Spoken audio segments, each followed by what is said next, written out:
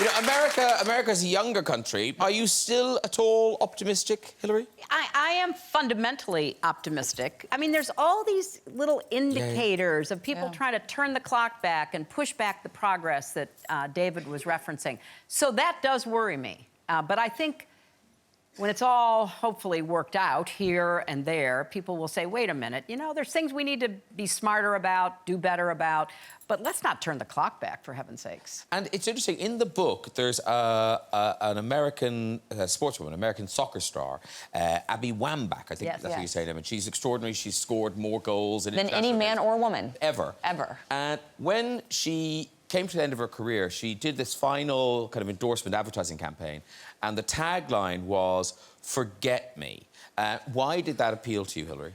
Well, what she was saying as she retired was, you know, I want to make way for new people.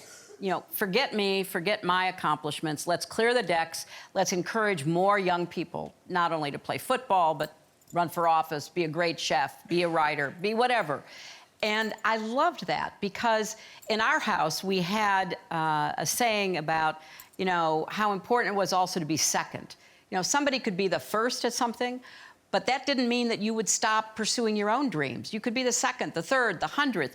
You would be doing what you were meant to do. And I think Abby's, you know, really inspirational speech that she gave a few years ago, mostly aimed at young women, was you've got to go out and do what you're afraid to do. You've got to take the risks to be who you know deep in your heart you should be. And I'm going to get off the stage because I want another great footballer up here. I want somebody else who is, you know, going to beat my record. And I love that because that is what we should be doing to tell the next generation. And where are you? Are you saying, forget me? Is that your mantra now? Not yet.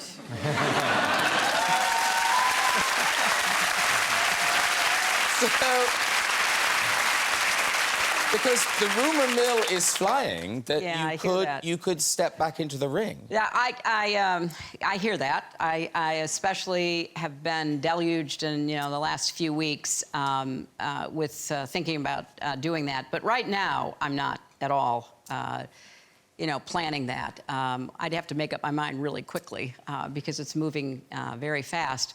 But I do want to continue to influence the debate. You know, I'm not leaving, you know, the political arena completely. I'm working really hard to, you know, make it clear that we have to hold our current leadership accountable. So I'm on Twitter. I'm not as I think, clever as Chelsea is at, you know, dealing with a lot of the undercurrents of Twitter, but I'm out there all the time, sort of pointing out some of the foolishness and craziness that we are currently experiencing. So, you know, I'm not going anywhere. I just don't know what role I will be actually in. But I'm looking at Chelsea, and I'm thinking, this is your mom, and you're hearing she's not ruling out the idea of running again. Does your blood run cold? I mean, can you watch your mother go through that again? Well, I mean, she is first and foremost my mom, which I think sometimes people forget. I mean, as proud as I am of everything that she's done, she's first and foremost my mom, and I guess maybe now my kid's grandmother. Yeah. And so, of course, I feel like protective of her, but I know that, you know, she'll continue to not only influence the debate, but help push the debate forward, however she does that. I'm in her corner, Graham, like whatever she decides to do, but that's for her to decide. Well, whatever you decide to do, phenomenal woman. Really nice to see you again. Thank you so much, Hillary. Thank you. Hillary Clinton. So much,